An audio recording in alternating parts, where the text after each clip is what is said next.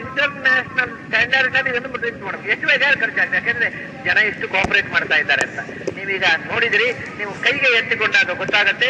ಇವತ್ತು ಅಮೆರಿಕದ 17 ಯೂನಿವರ್ಸಿಟಿಗಳವರು ಆ ಪುಸ್ತಕವನ್ನು ಕೊಂಡುಕೊಳ್ತಾ ಇದ್ದಾರೆ. ಆಮೇಲೆ 100 ಜನ ಅಮೆರಿಕನ್ಸ್ ಅದನ್ನು ಕೊಂಡುಕೊಳ್ತಾ ಇದ್ದಾರೆ. ಇವತ್ತು ಅದಕ್ಕೆ ಇಂಟರ್ನ್ಯಾಷನಲ್ ಸ್ಟ್ಯಾಂಡರ್ಡ್ ತಕ್ಕದಾಗಿ ಇವತ್ತು ಅಮೆರಿಕದಲ್ಲಿ ಪ್ರಿಂಟ್ ಆಗಿರೋ ಪುಸ್ತಕ ಹೇಗಿರುತ್ತೆ ಅದೇ ಥರದ ಲೇಔಟು, ಅದರ ಒಂದೆರಡಲ್ಲ ಪ್ರಿಂಟಿಂಗು. ಇಂಡಿಯಾದಲ್ಲಿ ಸಿಗುವ ಕಾಗದಗಳಲ್ಲೇ ಕಾಸ್ಟ್ಲಿಯೆಸ್ಟ್ ಕಾಗದವನ್ನು ಅದನ್ನು ಬಳಸಿದ್ದೇನೆ. ಯಾಕೆಂದ್ರೆ ಮಧುವಂತಹ ಪುಸ್ತಕ ಸಾಮಾನ್ಯ ದರ್ಜೆಯ ಪೇಪರ್ನಲ್ಲಿ ಪ್ರಿಂಟ್ ಆಗಬಾರ್ದು, ಕಾಸ್ಟ್ಲಿಯೆಸ್ಟ್. ಇದಕ್ಕಿಂತಲೂ ದುಬಾರಿ ಬೆಲೆಯ ಕಾಗದ ಸಿಗುತ್ತೆ, ಅದು ವಿದೇಶದಿಂದ ತರಿಸಬೇಕು. ಅದು ವಿದೇಶದಿಂದ ತರಿಸಿ ವಿದೇಶಿಯರಿಗೆ. ಇಂಡಿಯಾದಲ್ಲಿ ಸಿಗುವ ಪೇಪರ್ಗಳಲ್ಲೇ, ಪ್ರಿಂಟಿಂಗ್ ಪೇಪರ್ಗಳಲ್ಲೇ ಕಾಸ್ಟ್ಲಿಯೆಸ್ಟ್ ಪೇಪರ್. ಅದರ ಬೈಂಡಿಂಗು, ಒಂದು ಬೈಂಡಿಗೆ ಸುಮಾರು 60-70 ರೂಪಾಯಿ ಆಗುತ್ತೆ, ಒಂದು ಪುಸ್ತಕ ಬೈಂಡ್ ಮಾಡಿದ್ದೆ. ಆಮೇಲೆ ಇನ್ನೂ ಅದಕ್ಕೊಂದು ಬಾಕ್ಸ್ ಬರುತ್ತೆ, ಆ ಬಾಕ್ಸಿನ ಒಳಗೆ ನಾವು ಕೊಡುವಂತ ತೀರ್ಮಾನ ಮಾಡಿದ್ದೇನೆ. ಇದೆಲ್ಲ ನೆಟ್ಟಕ್ಕಾಗಿ 250 ರೂಪಾಯಿ ಕೊಟ್ಟವರಿಗೆ ಪುಸ್ತಕ ಕೊಡ್ತೇವೆ ಅಂತ ಘೋಷಣೆ ಮಾಡಿದ್ರೆ ಅದರ ಒಟ್ಟು ಪ್ರೊಡಕ್ಷನ್ ಕಾಸ್ಟ್ 300 ರೂಪಾಯಿ ಮೇಲೆ ಹೋಗುತ್ತೆ. 250 ಕೊಟ್ಟರೆ 50 ರೂಪಾಯಿ ನಷ್ಟ, ಆದ್ರೆ ನಷ್ಟ ಇಲ್ಲ, ಜನ ಕೊಟ್ಟಿದ್ದಾರೆ, ಕಾಂಟ್ರಿಬ್ಯೂಷನ್ ಕೊಟ್ಟಿದ್ದಾರೆ. ಹೀಗೆ ಅದಕ್ಕೆ ಇನ್ನೊಂದು ಬಾಕ್ಸ್ ಬರುತ್ತೆ, ಹತ್ತಿರವಾದ ಪೆಟ್ಟಿಗೆ. ಆ ಪೆಟ್ಟಿಗೆಯಲ್ಲೇ ನಿಮಗೆ ಪುಸ್ತಕ ವಿತರಣೆ, ಅದೆಲ್ಲ ಬೆಂಗಳೂರಿನಿಂದ ಬರಬೇಕಂತೆ, ಅದಕ್ಕೋಸ್ಕರ ಇವತ್ತು ಕೊಡ್ತಾ ಇಲ್ಲ.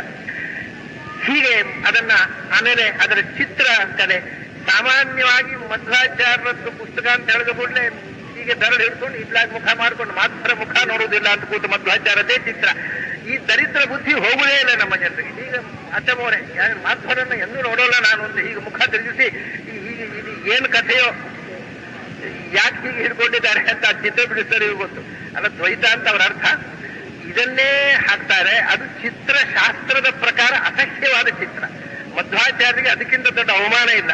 ಅದಕ್ಕೆ ಒಳ್ಳೆಯ ಕಲಾ ತಜ್ಞರಿಂದ ಇದರ ಒಳಗೆ ಪ್ರತಿಯೊಂದು ಸರ್ಗಗಳ ಮಧ್ಯದಲ್ಲಿ ಖಾಲಿ ಇದ್ದಲ್ಲೆಲ್ಲ ಆಚಾರ್ಯ ಜೀವನ ಚರಿತ್ರೆಗೆ ಸಂಬಂಧಪಟ್ಟ ಚಿತ್ರಗಳಿವೆ. ಎದುರಿನಲ್ಲಿ ಆಚಾರ್ಯದ ವರ್ಣಚಿತ್ರ ಇದೆ. ಒಳಗಡೆ ಪ್ರಾರಂಭದಲ್ಲಿ ಉಡುಪಿ ಕೃಷ್ಣನ ಮೂಲ ವಿಗ್ರಹದ ಚಿತ್ರ ಇದೆ.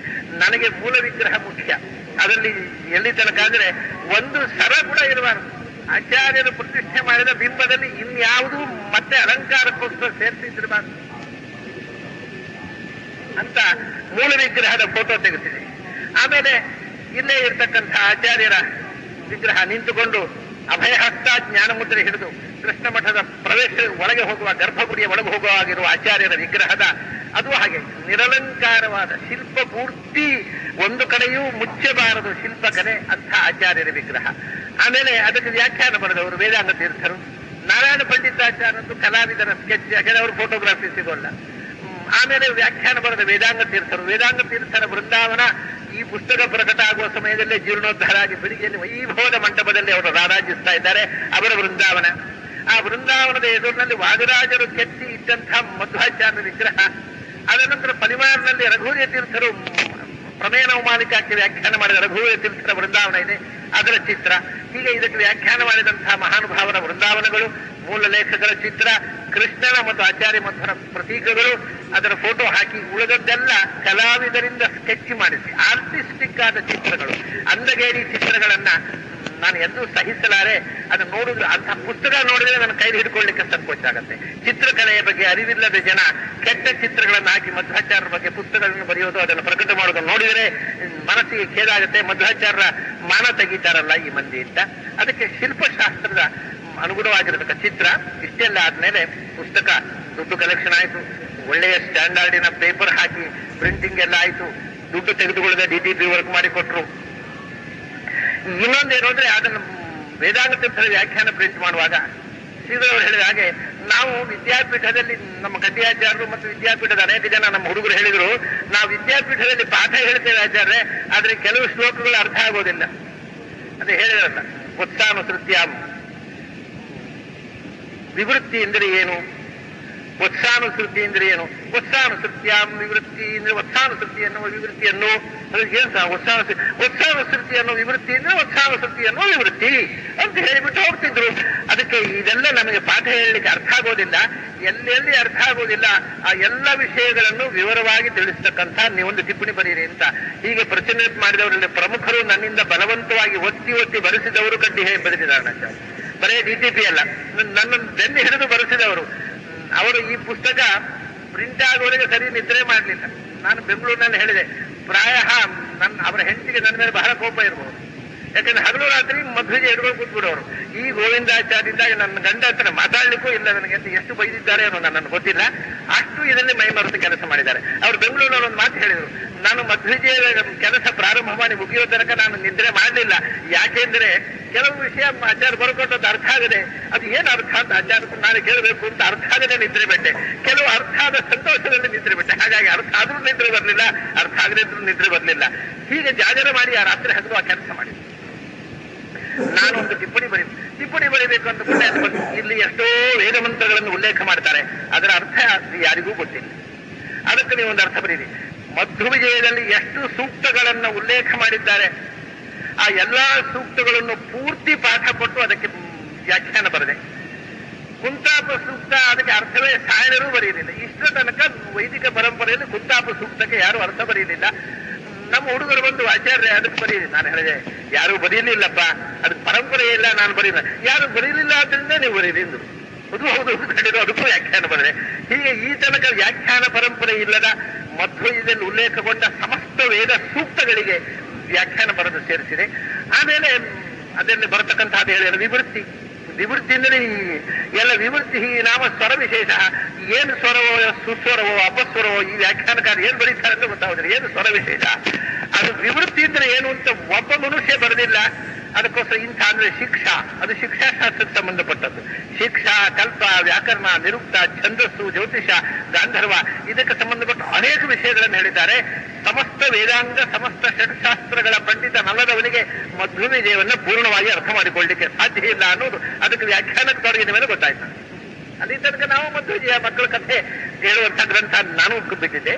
ಅದರಲ್ಲಿ ತೊಡಗಿಸಿಕೊಂಡ ಮೇಲೆ ಗೊತ್ತಾಯಿತು ಏನು ಪಾಂಡಿತ್ಯ ಇದು, ಏನು ಅದ್ಭುತವಾದ ವಿಷಯಗಳನ್ನು ನಾರಾಯಣ ಪಂಡಿತರು ತುಂಬಿದ್ದಾರೆ. ಆಮೇಲೆ ಹಾಗೆ ಬರ್ತಾ ಅದರಲ್ಲಿ ಸುಮಾರು ಒಂದು 20-25 ಇವತ್ತಿನ ವ್ಯಾಕರಣ ನಮ್ಗೆ ಗೊತ್ತಿರುವ ವ್ಯಾಕರಣದ ಪ್ರಕಾರ ಅಪಶಬ್ದ ಅನ್ನೋ ಸುಮಾರು 20-25 ಅಪಶಬ್ದಗಳು ಇವತ್ತಿನ ವ್ಯಾಕರಣ ಪಂಡಿತರು ಅಪಶಬ್ದ ಅನ್ನುವಂಥದ್ದಿದೆ. ನಮ್ಮ ಕಂಡಿಯಾಚಾರ್ಯ ಆಚಾರ್ಯ ಅದಕ್ಕೆ ವ್ಯಾಕರಣ ಬರೆದು ಬಿಟ್ರಿ, ಅವ್ರಿಗೆ ಆಜ್ಞೆ ಕೊಟ್ಟರೆ ಬರೆಯೋದು ಉಪಜಿಸಿ ಅದಕ್ಕೊಂದು ವಿವರಣೆ ಬರೆದು ಬಿಟ್ರಿ ಅಂತ. ನಮ್ಮ ಸಗರಿ ಆಚಾರ್ಯರು ನಾನು ಅದರಲ್ಲಿ ವ್ಯಾಕರಣದಲ್ಲಿ ಎಷ್ಟು ಕೆಲಸ ಮಾಡಿದ್ದೇನೆ ಅನ್ನೋದು ನೋಡ್ಲಿಕ್ಕೆ ಅವಕಾಶ ಆಗಲಿಲ್ಲ ಅವರಿಗೆ. ಅದನ್ನು ವ್ಯಾಕರಣ ಮೀಮಾಂಸ ಬರೆಯುವುದಲ್ಲ, ಇನ್ನು ಬರೀಲಿಕ್ಕಿಲ್ಲ ವ್ಯಾಕರಣ ಮೀಮಾಂಸ. ಅದ್ರ ವ್ಯಾಖ್ಯಾನದ ನಖಶಿಖ ಅಂತ ಇರೋದು ವ್ಯಾಕರಣದ ವಿಚಾರ. ಅವ್ರ ಪಾಪ ಬೆಳಗಾತ ಅವಸರದಲ್ಲಿ ನೋಡಿದ್ರು, ಅದರಿಂದ ಅವ್ರ ಗಮನಕ್ಕೆ ಬರಲಿಲ್ಲ. ವ್ಯಾಕರಣದ ಬಗ್ಗೆ ಯಾವ್ಯಾವ ಶಬ್ದದಲ್ಲಿ ಸಂಶಯ ಬರುತ್ತೆ, ಯಾವುದು ಅಪಶಬ್ದ ಅಥವಾ ಹೇಗೆ ಸಾಧುತ್ವದ ಬಗ್ಗೆ ಜಿಜ್ಞಾಸೆ ಬರುತ್ತೆ, ಅಲ್ಲೆಲ್ಲ ಪತ್ರ ಬರೆದಿದ್ದೇನೆ. ಕಾಶಿಕ, ಕ್ಷೀರಸ್ವಾಮಿ, ಜಯಾದಿತ್ಯ ಇಂಥ ಪ್ರಾಚೀನ ವ್ಯಾಕರಣ ವಿದ್ವಾಂಸರನ್ನ ಕೋಟ್ ಮಾಡಿ ಪತ್ರ ಬರೆದಿದ್ದೇನೆ. ಇನ್ನು ಪ್ರಾಯ ಇನ್ಯಾರು ಬರೆಯಲಿಕ್ಕೆ ಅವಶ್ಯಕತೆ ಇಲ್ಲ. ಇನ್ನು ವ್ಯಾಕರಣದ ಬಗ್ಗೆ ಇನ್ನು ಸೇರಿಸಬೇಕಾದ ಏನೂ ಇಲ್ಲ. ಬಹಳ ಆದ್ಯಂತ ಪ್ರಥಮ ಶ್ಲೋಕದಿಂದ ಅಲ್ಲಿ ನಾರಾಯಣ ಕಥಂ ಅನ್ನುವಲ್ಲಿಂದ ಕೊನೆಯ ಶ್ಲೋಕ ಸುಗಂಧಿಮಾಗಬೇಕು. ವ್ಯಾಕರಣದ ಪ್ರಕಾರ ಪುಷ್ಪವಾರಂ ಸುಗಂಧಿಂ ಅಂತ ಆಗಬೇಕು. ಪುಷ್ಪವಾರಂ ಸುಗಂಧಂ ಕೊನೆಯ ಶ್ಲೋಕದಲ್ಲಿ ಅಪಶಬ್ದ, ಶುರುವಿನ ಶ್ಲೋಕದಲ್ಲಿ ಅಪಶಬ್ದ. ಇವತ್ತಿನ ವ್ಯಾಕರಣ ಪಂಡಿತರ ಪ್ರಕಾರ ಅದು ಯಾವುದನ್ನೂ ಬಿಡದೆ ಅದಕ್ಕೆ ವ್ಯಾಕರಣ ಪ್ರಕಾರ ಸಮನ್ವಯ ಮಾಡಿ ವಿವರಗಳನ್ನು ಬರೆದಿದ್ದೇನೆ. ಯಾಕೆ ಇವತ್ತು ಪ್ರಚಲಿತವಾದ ವ್ಯಾಕರಣದಿಂದ ಇದನ್ನು ಹೇಳುವಾಗ ಒಂದು ಸತ್ಯ ಸಂಗತಿಯನ್ನು ನಾನು ಹೇಳಲೇಬೇಕಾಯ್ತು. ಏನು ಅಂದ್ರೆ ವ್ಯಾಕರಣ ಪ್ರಕಾರ ಸಾಧುತ್ವವನ್ನು ಸಮರ್ಥನೆ ಮಾಡಬೇಕು ಹೇಳುವವರಿಗೆ ಒಂದು ಸ್ವಲ್ಪ ಆಘಾತವಾಗುವಂತಹ ಸಂಗತಿಯನ್ನು ಬರದೆ, ಇವತ್ತು ಸಂಸ್ಕೃತದಲ್ಲಿ ಏನಾದರೂ ಅಪಶಬ್ದಗಳು ಇದ್ದಿದ್ದರೆ ಅದಕ್ಕೆ ಕಾರಣ ವ್ಯಾಕರಣ. ಅಪಶಬ್ದಗಳನ್ನು ಕೊಟ್ಟವರು ವ್ಯಾಕರಣ. ಯಾಕೆಂದ್ರೆ ಅದಕ್ಕೆ ತುಂಬಾ ದೃಷ್ಟಾಂತಗಳನ್ನು ಕೊಟ್ಟಿದ್ದೇನೆ. ಉದಾಹರಣೆಗೆ ಅದಕ್ಕೆ ನಮ್ಮ ಗಡ್ಡಿಯಾಚಾರ್ಯ ಹೇಳಿದ್ದು, ಧಾತು ಪಾಠ ನೋಡಿಬಿಟ್ರೆ ವೈಯಾಕರಣರನ್ನ ದೂರದಲ್ಲಿ ನಮ್ಮ ಹತ್ರ ಬರಬೇಡ್ರಿ, ನೀವು ನಿಮ್ಮ ಸುದ್ದಿ ಬೇಡ ಅಂತ ಹೇಳುವಷ್ಟು ಅಸಹ್ಯ ಆಗತ್ತೆ. ನಿಮಗೆ ಒಂದು ದೃಷ್ಟಾಂತ ಕೊಡ್ತೇನೆ. ಯು ಜು ಕುತ್ಸಾಯ ಅಂತ ಒಂದು ಧಾತು ಪಾಠ. ಯು ಕುತ್ಸಾಯ. ಮತ್ತೊಬ್ರು ಬರೆದರು ಯು ಕುತ್ಸಾಯ. ಯು ಬೇರೆ ಯು ಎರಡು ಧಾತು. ಯು ಕುತ್ಸಾಯ ಅಂತ ಒಬ್ಬರು, ಮತ್ತೊಬ್ರು ಯು ಜುಗುಪ್ಸಾಯ ಅಂತ ಬರೆದ್ರು. ಅವ್ರು ಯು ಧಾತು ಅಲ್ಲ, ಅವ್ರಿಗೆ ಜುಗುಪ್ಸಾಯ. ಮತ್ತೊಬ್ರು ಬರೆದ್ರು ಯು ಜುಗುಪ್ಸಾಯ. ಮತ್ತೊಬ್ಬರು ಬರೆದ್ರು ಜುಗುಪ್ಸಾಯ. ಯಾವುದು ಅಂತ ಯಾರಿಗೂ ಗೊತ್ತಿಲ್ಲ. ಹೀಗೆ ವ್ಯಾಕರಣವೇ ಸಂಸ್ಕೃತದಲ್ಲಿ ಅಪಶಬ್ದಗಳನ್ನು ಸೃಷ್ಟಿ ಮಾಡುವಷ್ಟು ಹೊಲಸೆದ್ದು ಹೋಗಿದೆ. ಇದರಲ್ಲಿ ಬೇಕಾದಷ್ಟು ದೃಷ್ಟಾಂತಗಳನ್ನು ಕೊಟ್ಟಿದ್ದೇನೆ. ವ್ಯಾಕರಣದ ಅಜ್ಞಾನ ಬೇರೆ ಶಾಸ್ತ್ರಗಾರರಿಗೆ ಮಾತ್ರ, ವೈಯಾಕರಣರಿಗೂ ಅಜ್ಞಾನ ಇದೆ. ವ್ಯಾಕರಣದಲ್ಲಿ ಎಷ್ಟು ಅಜ್ಞಾನ ತುಂಬಿದೆ, ಎಷ್ಟು ಅಪಶಬ್ದಗಳನ್ನ ಆ ವ್ಯಾಕರಣದವರು ತಮ್ಮ ಅಜ್ಞಾನದಿಂದ ಪಾಣಿನಿಯ ಸೂತ್ರಕ್ಕೆ ಸರಿಯಾಗಿ ಅರ್ಥ ಮಾಡಲಿಕ್ಕಾಗದೆ ತಪ್ಪು ಅರ್ಥ ಮಾಡಿ ವ್ಯಾಕರಣದಲ್ಲಿ ತಪ್ಪು ಪ್ರಯೋಗಗಳು ಬಳಕೆ ಬಂದಿದ್ದಾವೆ ಅನ್ನೋದನ್ನ ಬೇಕಾದಷ್ಟು ದೃಷ್ಟಾಂತ ಕೊಟ್ಟು ಬರೆದಿದ್ದೇನೆ. ರಾಘವೇಂದ್ರಾಚಾರ್ಯಗೂ ನಾಳೆ ನಾಡ್ದಲ್ಲಿ ಅದನ್ನು ಕಣ್ಣು ಹಾಯಿಸ್ತಾ ಗೊತ್ತಾಗತ್ತೆ. ಇನ್ನು ವ್ಯಾಕರಣ ಮೀಮಾಂಸ ಬೇರೆ ಬರಿಬೇಕಾಗಿಲ್ಲ, ಸಾಕಪ್ಪ ಅನ್ನುವಷ್ಟು, ಇಷ್ಟು ಬರೆದ್ರೆ ನಮಗೆ ಫಜಿತಿ ಆಗುತ್ತೆ ಅಂತ ಹೇಳುವಷ್ಟು ಬರೆದಿದ್ದೀನಿ. ಇನ್ನೇನು ಸೇರಿಸಬೇಕಾಗಿಲ್ಲ. ಅದಾಯ್ತು, ಅಪೂರ್ವಂತಹ ವಿವೃತ್ತಿಗಳು ಇದರ ಬಗ್ಗೆ ಆಯಿತು.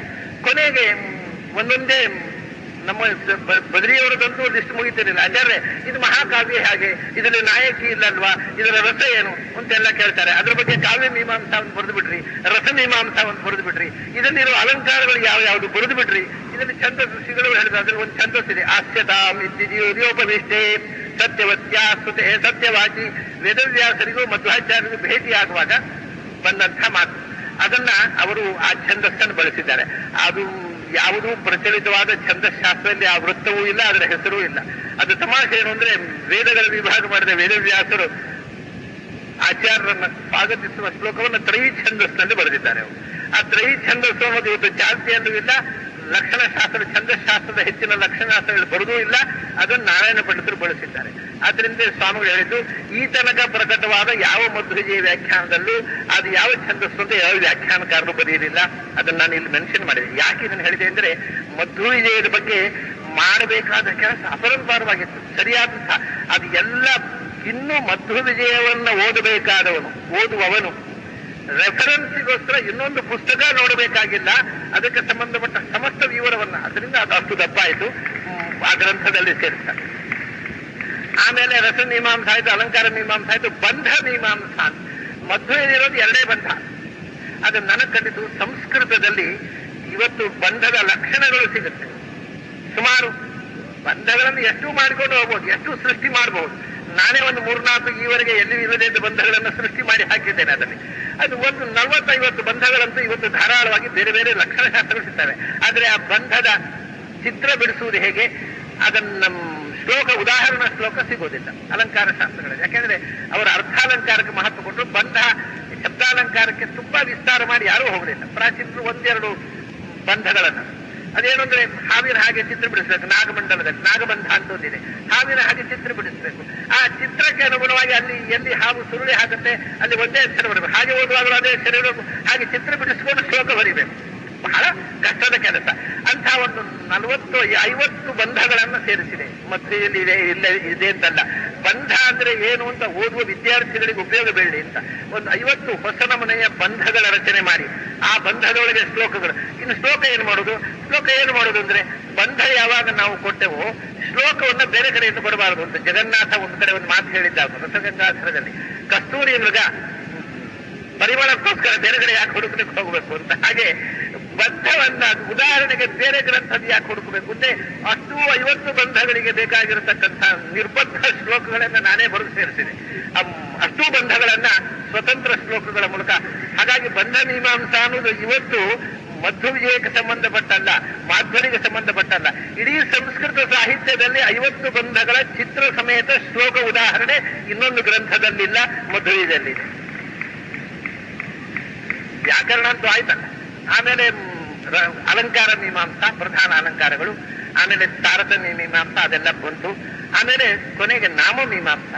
ಮಧ್ವವಿಜಯದಲ್ಲಿ ಯಾರ್ಯಾರ ಬಗ್ಗೆ ಯಾರ್ಯಾರನ್ನು ಉಲ್ಲೇಖ ಮಾಡಿದ್ದಾರೆ, ಐತಿಹಾಸಿಕ ವ್ಯಕ್ತಿಗಳನ್ನ, ಅವರ ಹೆಸರುಗಳು ಎಷ್ಟೆಷ್ಟು ಬಾರಿ ಬಂದಿದೆ, ಏನೇನು ಹೆಸರುಗಳು ಬಂದಿದೆ, ಆಮೇಲೆ ಆಚಾರ್ಯರು ಸಂದರ್ಶನ ಮಾಡಿದ ಸ್ಥಳಗಳು, ಐತಿಹಾಸಿಕ ಸ್ಥಳಗಳು, ಅದು ಎಷ್ಟು ಉಲ್ಲೇಖ ಮಾಡಿದ್ದಾರೆ, ಅವುಗಳಿಗೆ ಏನೇನು ಹೆಸರು ಬಂದಿದೆ, ಇದರದೊಂದು ಲಿಸ್ಟ್ ಮಾಡಿದೆ. ಅದೇ ನಾಮಮೀಮಾಂಸ ಅಂತ. ಅದಕ್ಕೆ ಆಗ ಅವರು ಹೇಳಿದ ಹೆಸರು, ಈಗ ಇರುವ ಹೆಸರು ಎರಡನ್ನು. ಅಲ್ಲಿ ಉದಾಹರಣೆಗೆ ಆಯತನಾಂತರಂ ಅಂತಿದೆ, ಒಂದು ದೇವಸ್ಥಾನಕ್ಕೆ ಹೋದ್ರು ಅಂತ. ಅಂಥ ಸಂದರ್ಭದಲ್ಲಿ ಇದು ಅಡೂರು ದೇವಸ್ಥಾನ, ಇನ್ನೊಂದು ಕಡೆ ಆಯತನಾಂತರ ಬಂದ್ರೆ ಇದು ಚಂಬುನಾಡು ದೇವಸ್ಥಾನ, ಇದು ಇಂಥ ಕಡೆ ಇದೆ ಅಂತ ಈಗದ ಹೆಸರು, ಈಗ ಇರುವ ವಿವರಗಳನ್ನು ಕೊಟ್ಟು ಆ ಭೌಗೋಳಿಕವಾಗಿ ಸಮಗ್ರ ಪರಿಚಯ ಆಗುವ ಹಾಗೆ ನಾಮಮೀಮಾಂಸ. ಆಚಾರ್ಯರ ಹೆಸರು ಎಷ್ಟು ಸರ್ತಿ ಬಂದಿದೆ? ಸುಮಾರು 260 ಹೆಸರುಗಳು ಬಂದಿದೆ. ಆದರೆ ತಮಾಷೆ ಏನು ಅಂದ್ರೆ, ಆ 260 ಹೆಸರಿನಲ್ಲಿ ಆಚಾರ್ಯರ ನಿಜವಾದ ಪೂರ್ಣ ಪ್ರಜ್ಞಾ ಅನ್ನೋ ಹೆಸರನ್ನು ಒಂದು ಸರ್ತಿಯೂ ಬಳಸುವುದಿಲ್ಲ ಅವರು. ಅಚ್ಯುತ ಪ್ರಜ್ಞರನ್ನ ಅಚ್ಯುತ ಪ್ರಜ್ಞೆ ಅಂತ ಹೇಳುವುದಿಲ್ಲ, ಪೂರ್ಣ ಪ್ರಜ್ಞರನ್ನು ಪೂರ್ಣ ಪ್ರಜ್ಞೆ ಅಂತ. ಅಚ್ಯುತ ಪ್ರಜ್ಞರು ಅಚ್ಯುತ ಪ್ರೇಕ್ಷರು, ಪೂರ್ಣ ಪ್ರಜ್ಞರು ಪೂರ್ಣ ಬೋಧರು, ನರಹರಿ ತೀರ್ಥರು ನರಸಿಂಹ ತೀರ್ಥರು, ನಿಜವಾದ ಹೆಸರು ಹೇಳುವುದೇ ಇಲ್ಲ. ಹೀಗೆ ಆದರೆ ಅವರ ಎಷ್ಟೆಷ್ಟು ಹೆಸರುಗಳು ಬಂದಿದೆ, ಎಲ್ಲೆಲ್ಲಿ ಬಂದಿದೆ, ಯಾವ ಸರ್ಗ, ಯಾವ ಶ್ಲೋಕದಲ್ಲಿ ಯಾವ ಹೆಸರು ಬಂದಿದೆ, ಅದಕ್ಕೆ ಈಗನ ಹೆಸರು ಏನು, ಇದನ್ನು ಒಂದು ಲಿಸ್ಟ್ ಮಾಡಿ ಕೊನೆಗೆ ನಾಮ ಮೀಮಾಂಸ, ಆಮೇಲೆ ಹೇಳಿದ ಶ್ಲೋಕಾರ್ಥಾನುಕ್ರಮಣಿಗೆ. ಹೀಗೆ ಪ್ರಾಯ ಮಧ್ವ ವಿಜಯದ ಬಗ್ಗೆ 6 ಶಾಸ್ತ್ರಗಳಲ್ಲಿ ಬಂದಿರತಕ್ಕ ವಿಷಯ, 6 ವೇದಾಂಗಗಳಲ್ಲಿ ಬಂದಿರತಕ್ಕಂಥ ವಿಷಯ, ಮತ್ತು ಸಾಹಿತ್ಯಿಕವಾಗಿ, ಐತಿಹಾಸಿಕವಾಗಿ, ಭೌಗೋಳಿಕವಾಗಿ ಬರತಕ್ಕಂಥ ವಿವರ, ಇದನ್ನು ಎಷ್ಟು ಸಂಗ್ರಹಿಸಲಿಕ್ಕೆ ಸಾಧ್ಯವೋ ಅದೆಲ್ಲವನ್ನ ಸಂಗ್ರಹಿಸಿ ಆ ಪುಸ್ತಕದಲ್ಲಿ ಇರತಕ್ಕಂಥ ಪ್ರಯತ್ನ ಮಾಡಿದ್ದೇನೆ. ಸುಮಾರು 1.5 ವರ್ಷ ಅಖಂಡ ಕೆಲಸ ಅದಕ್ಕೋಸ್ಕರ ನಡೆದಿದೆ. ಅಷ್ಟು ದಪ್ಪ ಪುಸ್ತಕದ ಹಿಂದೆ ಸುಮಾರು 1.5 ವರ್ಷ ಪರಿಶ್ರಮ, ಅಖಂಡವಾದ, ಒಟ್ಟು ಪರಿಶ್ರಮ ತಗೊಂಡ್ರೆ 2-3 ವರ್ಷ ಹಿಡಿದಿದೆ, ಅಖಂಡವಾದ 1.5 ವರ್ಷದ ಪರಿಶ್ರಮ ಇದೆ. ಅದಕ್ಕೆ ನಾನು ಪರಿಶ್ರಮ ಪಟ್ಟಕ್ಕಿಂತ ಹೆಚ್ಚು ಪರಿಶ್ರಮ ಪಟ್ಟವರು ಬದರಿ ಅಂತ ಹೇಳಿದೆ. ಹಾಗಾಗಿ ಇದು ಅನೇಕ ಜನ ಅಭಿಮಾನಿಗಳ ಸಹಕಾರದಿಂದ, ಅವರ ಪ್ರೀತಿಯ ಒತ್ತಡದಿಂದ, ಮತ್ತು ಅದಕ್ಕಿಂತ ಎಲ್ಲಕ್ಕಿಂತ ಹೆಚ್ಚು ಆಚಾರ್ಯ ಮಧ್ವರ ಮತ್ತು ತ್ರಿವಿಕ್ರಮ ಪಂಡಿತರ ಮನೆತನದ ಹಿರಿಯರ ಆಶೀರ್ವಾದ, ಸದಿಚ್ಛೆಯಿಂದ ಈ ಕಾರ್ಯ ಈಡೇರಿದೆ. ಅದಕ್ಕೆ ಸೂಚನೆ, ಇವತ್ತು ವ್ಯಾಸ ಪೂರ್ಣಿಮಾ ದಿವಸ, ಮಧ್ವ ನವಮಿ ಉತ್ಸವದ ಸಮಾರೋಪ ದಿವಸ, ವ್ಯಾಸರ ಪ್ರತೀಕವಾದ, ಆಚಾರ್ಯರ ಪ್ರತೀಕವಾದ ಸರ್ವಮೂಲ ಪುಸ್ತಕದ ಜೊತೆಗೆ ಮಧ್ವವಿಜಯ ಪುಸ್ತಕವು ಚಿನ್ನದ ರಥದಲ್ಲಿ ಕೂತಿದ್ದಲ್ಲ. ಇದು ಇತಿಹಾಸದಲ್ಲಿ ಯಾವ ಪುಸ್ತಕವೂ ಇವರೇ ಕೂತಿಲ್ಲ. ಯಾಕೆಂದ್ರೆ ಚಿನ್ನದ ರಥ ಆದ ಮೇಲೆ ಯಾವ ಪುಸ್ತಕ ಉದ್ಘಾಟನೆ ಆಗಿಲ್ಲ, ಅದು ಚಿನ್ನದ ರಥದಲ್ಲಿ ಬರವಣಿಗೆ ಹೊಂದಿಲ್ಲ. ದೇವರ ಚಿತ್ತಕ್ಕೆ ಬಂದಿದೆ ಅನ್ನತಕ್ಕಂಥ ಒಂದು ಸಂತೋಷ ಪ್ರತಿಯೊಂದು ಘಟನೆಯಲ್ಲೂ ಸೂಚನೆಯಾಗಿದೆ. ಇದೇ ರೀತಿ ಶ್ರೀಗಳವರು ಹೇಳಿದ್ರು, ತತ್ವಪ್ರದೀಪಕ್ಕೆ ಟೀಕಾ ಬರೀಬೇಕು ಅಂತ ಆಸೆ ಇದೆ, ಅವನು ಬರೆಸಬೇಕು. ಅದಕ್ಕಿಂತ ಮೊದಲು ಇವಾಗ ಮಣಿಮಂಜರಿ ಎನ್ನುವುದು ಬಹಳ ಆಕ್ಷೇಪಾರ್ಹವಾದ ಗ್ರಂಥ. ಅದರ ಎಲ್ಲ ಆಕ್ಷೇಪಗಳಿಗೆ ಉತ್ತರ ಕೊಟ್ಟು ಶಂಕರ ವಿಜಯ ಎಷ್ಟು ಸವ್ಯಾಹತ, ಇದು ಎಷ್ಟು ಐತಿಹಾಸಿಕ ತೋರಿಸುವ ಒಂದು ಬೃಹತ್ ಗ್ರಂಥ ಬರೆಯಲಿಕ್ಕೆ ಈಗ ಪ್ರಾರಂಭಿಸ್ತಾ ಇದ್ದೇನೆ. ಅದು ಪೂರ್ಣಾಗಲಿ ಅಂತ ಶ್ರೀಗಳವರು ಶ್ರೀಕೃಷ್ಣನಲ್ಲಿ ಪ್ರಾರ್ಥನೆ ಮಾಡಿ ಆಶೀರ್ವದಿಸಿರಿ. ಹಾಗೆಯೇ ಲಿಖುಚ ವಂಶದ ಅನೇಕ ಗ್ರಂಥಗಳನ್ನ, ನಾರಾಯಣ ಪಂಡಿತರು ಬರೆದ ಶುಭೋದಯ ಅಂತ ಒಂದು ಯಮಕ ಕಾವ್ಯ ಇದೆ, ಶುಭೋದಯ ಅಲ್ಲ, ಪಾರಿಜಾತ ಹರಣ. ಆ ಗ್ರಂಥ ಇವರಿಗೆ ಪ್ರಿಂಟೇ ಆಗಲಿಲ್ಲ, ಅದರ ಸರಿಯಾದ ಹಸ್ತಪ್ರತಿಗಳು ಸಿಗ್ತಾ ಇಲ್ಲ. ಅದನ್ನು ಹುಡುಕಿ ಅರ್ಧಂಬರ್ಧ ಸಿಕ್ಕಿದೆ. ಪಾರಿಜಾತ ಹರಣ, ಅಪ್ರಕಟವಾದಂತಹ ಪಾರಿಜಾತ ಹರಣವನ್ನು ಮುದ್ರಿಸಬೇಕು. ಹೀಗೆ ಲಿಖುಚ ವಂಶದ ಅನೇಕ ಗ್ರಂಥಗಳನ್ನ ಶೋಧನೆ ಮಾಡಿ ವ್ಯಾಖ್ಯಾನ ಜೊತೆ ಮುದ್ರಿಸಬೇಕು. ಮಧ್ವ ವಿಜಯಕ್ಕೆ ಹೇಗೆ, ಹಾಗೆ ಪ್ರಮೇಯನವ ಮಾಲಿಕಾಖ್ಯ ರಘುವರಿಯ ತೀರ್ಥರು, ಪರಿಮಾಣ ಮಠದ ದೊಡ್ಡ ವಿದ್ವಾಂಸರಾದ ಯತಿಗಳು, 17ನೇ ಶತಮಾನದವರು, ಅವರ ವ್ಯಾಖ್ಯಾನವನ್ನು ಸೇರಿಸಿದ್ದೇನೆ. ಅದರ ಜೊತೆಗೆ ನಾನು ಒಂದು ವ್ಯಾಖ್ಯಾನ ಬರೆದೇನೆ. ಎರಡಕ್ಕೂ ನನ್ನ ವ್ಯಾಖ್ಯಾನ ಇದೆ. ಆದರೆ ನಾನು ವ್ಯಾಖ್ಯಾನ ಬರೆದಾಗ ಸಂಗಮನ ಅಷ್ಟೇ, ಸಂಗಮ್ಯಂತೆ ಗುರೋರ್ಗ್ರಹ, ಪ್ರಮೇಯನವ ಮಾಲಿಕಾದ ವಾಕ್ಯ ಮತ್ತು ಏನು ಯಾವ ಕಥೆಯನ್ನು ಹೇಳುತ್ತೆ ಅನ್ನೋದು ಅಧ್ಯಾಯ ಸರ್ಗೆ ಮಾತ್ರ ಕೊಟ್ಟಿದ್ದೇನೆ, ಅರ್ಥ ಕೊಟ್ಟೆ. ಯಾಕಂದ್ರೆ ವಿಸ್ತಾರವಾಗಿ ರಘುವರಿ ಅರ್ಥ ಕೊಟ್ಟಿದ್ದಾರೆ. ಹೀಗೆ ಅಧ್ಯಯನ ಮಾಡುವವರಿಗೆ ಉಪಯುಕ್ತವಾಗಿರತಕ್ಕಂಥ ಅನೇಕ ವಿಷಯಗಳನ್ನ ಕೊಡ್ಲಿಕ್ಕೆ ಪ್ರಯತ್ನ ಮಾಡಿದ್ದೇನೆ. ಆ ಪ್ರಯತ್ನದಲ್ಲಿ ನಾನು ಎಷ್ಟು ಪ್ರಮಾಣದಲ್ಲಿ ಸಫಲನಾಗಿದ್ದೇನೆ ಅಂತ ನೀವು ಶಾಸ್ತ್ರಜ್ಞರು, ಅದರಲ್ಲಿ ಬಂದಿರತಕ್ಕಂಥ ವ್ಯಾಕರಣದ ವಿಷಯ ನೋಡಿ ಸಂತೋಷ ಪಡ್ಬೇಕಾದ್ರೆ ನಮ್ಮ ಹರಿದಾಸ ಉಪಾಧ್ಯಾಯರು ಬಂದಿದ್ದಾರೆ. ಅವರಿಗೆ ಪಾಣಿನಿ ಅಂದ್ರೆ ಜೀವ, ಆದ್ದರಿಂದ ಆ ಜೀವಕ್ಕೆ ಎಷ್ಟು ಆಘಾತ ಆಗಿದೆ ಇದರಲ್ಲಿ ಅಂತ ನೋಡಿ ಅವರು ಸಂತೋಷ ಪಡ್ಬೋದು, ಸಂಕಟ ಪಡ್ಬೋದು. ಅಂಥವರು ವಿದ್ವಾಂಸರಿಗೆ ಮಾತ್ರ ಗೊತ್ತಾಗುವ ಅನೇಕ ಸಂಗತಿಗಳಿವೆ ಇದರಲ್ಲಿ. ಉಳಿದವರಿಗೆ ಪೂಜೆ ಮಾತ್ರ, ವಿದ್ವಾಂಸರಿಗೆ ಮಾತ್ರ ಗಮ್ಯವಾಗುವ. ಇದು ನಾನು ಅಭಿಮಾನಪೂರ್ವಕವಾಗಿ ಟಿಪ್ಪಣಿಯನ್ನು ಬರ್ಕೊಂಡಿದ್ದೇನೆ. ಇಮಾಂ ಆಚಾರ್ಯ ಗೋವಿಂದ ವ್ಯಾಖ್ಯಾನ ಬರೆದಿದ್ದೇವೆ, ಇದೇನೇ ವಿಮಲಾಂ ಟೀಕಾಂ ವಿದುಷಾಮೇವ ತೌಷಣೀಂ ಅಂತ. ಆ ವ್ಯಾಖ್ಯಾನದ ಕೊನೆಯಲ್ಲಿ ವಿದ್ವಾಂಸರಿಗೆ ಮಾತ್ರ ಅರ್ಥವಾಗುವ, ವಿದ್ವಾಂಸರಿಗೆ ಮಾತ್ರ ಖುಷಿಯಾಗುವ ಟೀಕೆ ಇದು ಅಂತ ಸ್ವಲ್ಪ ಅಭಿಮಾನಪೂರ್ವಕವಾಗಿ ಹೇಳಿಕೊಂಡಿದ್ದೇನೆ. ಅದನ್ನ ತಾವು ಗಮನಿಸಿದಾಗ ಆ ಅಭಿಮಾನದ ಹಿಂದೆ ಪ್ರಾಮಾಣಿಕತೆ ಇದೆ, ವಾಸ್ತವಿಕತೆ ಇದೆ ಅನ್ನೋದನ್ನ ಅರ್ಥವಾಗುತ್ತೆ. ನೀವು ಅದನ್ನು ಮುಂದೆ ಜಡ್ಜ್ ಮಾಡಬೇಕಾದವರು ನೀವು. ಇದು ಹೆತ್ತಪ್ಪಗೆ ಹೆಗ್ಗಣ ಮುದ್ದು. ನನಗೆ ಅದರಲ್ಲಿರುವ ಪ್ರತಿಯೊಂದು ವಿಷಯವೂ ಅದ್ಭುತ ಕಾಣಬಹುದು. ಆದರೆ ಶ್ರೀಗಳವಂತವರು ಅನೇಕ ಮಂದಿ ಬೆಂಗಳೂರಿನ ವಿದ್ವಾಂಸರು ಇವಾಗಲೇ ಅದು ಪ್ರಕಟವಾಗುವ ಮುಂಚೆ ಪ್ರೂಫ್ ನೋಡಿ ಸಂತೋಷ ಪಟ್ಟದ್ರಿಂದ ನನಗೊಂದು ಧೈರ್ಯ ಬಂತು. ಹಾಗಾಗಿ ಇದು ಮುಂದಿನ ಅಧ್ಯಯನ ಮಾಡುವವರಿಗೆ ಒಂದು ವಿಶೇಷವಾದ ರೆಫರೆನ್ಸ್ ಬುಕ್ ಆಗಿ ಆಚಾರ್ಯರ ಜೀವನ ಚರಿತ್ರೆ ಮಧ್ವ ವಿಜಯ ನಾನು ತಮಾಷೆ ಹೇಳೋದುಂಟು. ಇಷ್ಟರವರೆಗೆ ಸುನಾರಾಯಣ ಪಂಡಿತಾಚಾರ್ಯ ಬರೆದ ಸಮುದ್ರ ವಿಜಯವೇ ಪ್ರಿಂಟ್ ಆಯ್ತು. ಈಗ ನಾರಾಯಣ ಪಂಡಿತಾಚಾರ್ಯ ಬರೆದ ಮಧ್ವ ವಿಜಯ ಪ್ರಿಂಟ್ ಆಗ್ತಾ ಇದೆ. ಇಷ್ಟವರೆಗೆಲ್ಲ ಬರೀ ಸುನಾರಾಯಣ ಪಂಡಿತಾಚಾರ್ಯ ಬರೆದ ಸುಮಧ್ವ ವಿಜಯ. ಯಾರು ಆ ಹೇಳಲೇ ಇಲ್ಲ. ಆಮೇಲೆ ಸೇರಿಕೊಂಡಂತೆ ಪ್ರಚಲಿತಕ್ಕೆ ಬಂದು ನಿಜವಾದ ಹೆಸರೇ ಹೋಗಿತ್ತು. ಗ್ರಂಥ ಬಿಡಿ ನಾಮವೇ ವಿಕೃತವಾಗಿತ್ತು. ಶುದ್ಧ ನಾಮ, ಶುದ್ಧ ಗ್ರಂಥದ ಪಾಠ. ಪ್ರಾಚೀನ ಪ್ರಾಚೀನ ಪಾಠ ಅಂತ ಹೇಳಿದ್ರು 1006 ಶ್ಲೋಕಗಳು. ಈಗಿರೋದ್ರಲ್ಲಿ 1008 ಶ್ಲೋಕ ಇದೆ. ಯಾಕೆಂದ್ರೆ 1808 ಇದ್ದ ಹಾಗೆ ಅಂತ ಭ್ರಮೆ ಯಾರು ಬಿಟ್ಟಿದ್ದಾರೆ. 1008 ಇಲ್ಲ, 108 ಭಗವಂತನ ರೂಪಗಳು, 1000 ಭಗವಂತನ ರೂಪಗಳು, 1008 ಅಲ್ಲ. ಅದರಿಂದ 1008 ಯಾವುದನ್ನು ಪ್ರತಿನಿಧಿಸಿಲ್ಲ.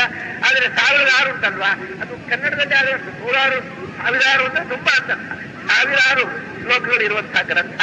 ಅದು ತುಳುವಿನಲ್ಲಿ ಕನ್ನಡದಲ್ಲಿ 1006 ಅಂದ್ರೆ ಅಸಂಖ್ಯ ಅಂತ ಆ ಅರ್ಥವನ್ನು ಸೂಚಿಸುವಂತಹ ಶ್ಲೋಕ ಸಂಖ್ಯೆಯನ್ನಿದ್ದಂಥ ನಾರಾಯಣ ಪಂಡಿತಾಚಾರ್ಯ ಈ ಗ್ರಂಥ 1006 1108 ಅಂತ ಹೇಳಿದರು. ಬಹುಮಾನ ಮಂಡಲದಲ್ಲಿ ಇರತಕ್ಕಂಥ ಮಂತ್ರಗಳಷ್ಟೇ ಸಂಖ್ಯೆಯ ಪುಟ ಸಂಖ್ಯೆ ಇರುವ 16 ಸರ್ಗಗಳನ್ನು ಒಳಗೊಂಡ ಈ ಗ್ರಂಥ 16ನೇ ತಾರೀಕಿನ ದಿವಸವೇ ಬಿಡುಗಡೆ ಆಗ್ತಾ ಇದೆ.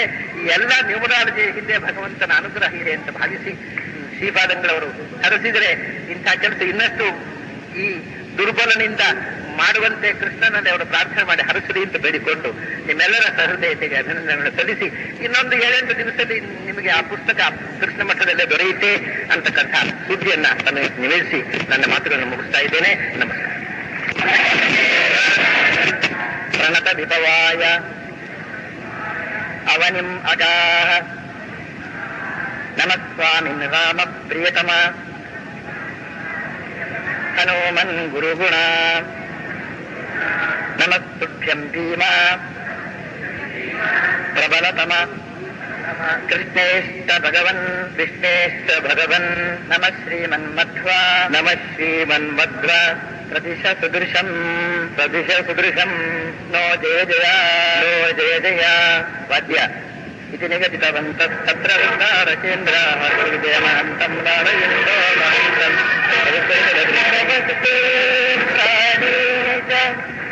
प्रणतविभवावनिगम नमस्वामिं रामप्रियतम हनुमन् गुरुगुण नमस्तुभ्यं दीन प्रबलतमकृष्ण भगवन् नमः श्रीमन्मध्व प्रदिश सुदृशन्नो जय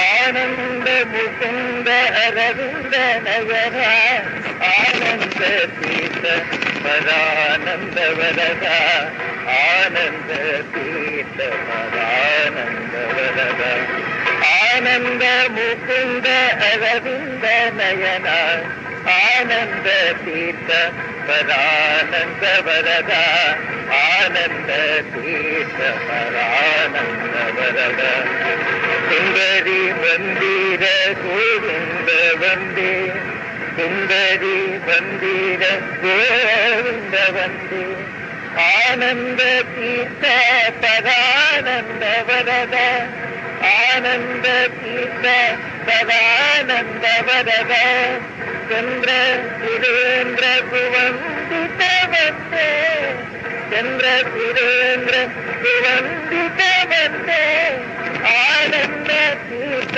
परानंद वरद आनंद तीर्थ परानंद वरद आनंद मुकुंद अरविंद नयन आनंद मुकुंद अरविंद नयन आनंद तीर्थ परानंद वरद आनंद तीर्थ परानंद वरद चंद्र क मंदिर नंद क वंदे चंद्र क मंदिर नंद क वंदे आनंद तीर्थ परानंद वरद आनंद तीर्थ परानंद वरद वृंदान वृंद सुवंदित वंदे वृंदान वृंद सुवंदित वंदे आनंद तीर्थ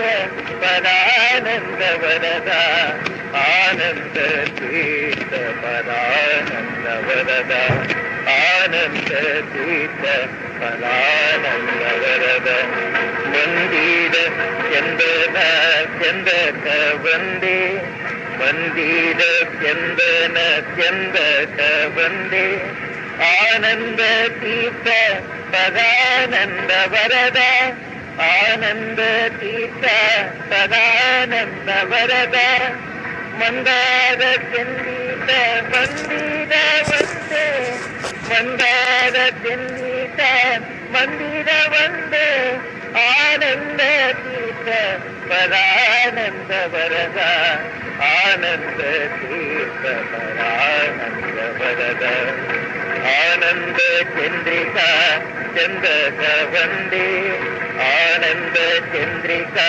ಚಂದಕ ವಂದೇ ಆನಂದ ತೀರ್ಥ ಪರಾನಂದ ವರದ ಆನಂದ ತೀರ್ಥ ಪರಾನಂದ ವರದ ಆನಂದ ಚಂದ್ರಿಕಾ ಚಂದಕ ವಂದೇ ಆನಂದ ಚಂದ್ರಿಕಾ ಚಂದಕ ವಂದೇ ಆನಂದ ತೀರ್ಥ ಪರಾನಂದ ವರದ ಆನಂದ ತೀರ್ಥ ಪರಾನಂದ ವರದ ಆನಂದ ತೀರ್ಥ ಪರಾನಂದ ವರದ ಆನಂದ ತೀರ್ಥ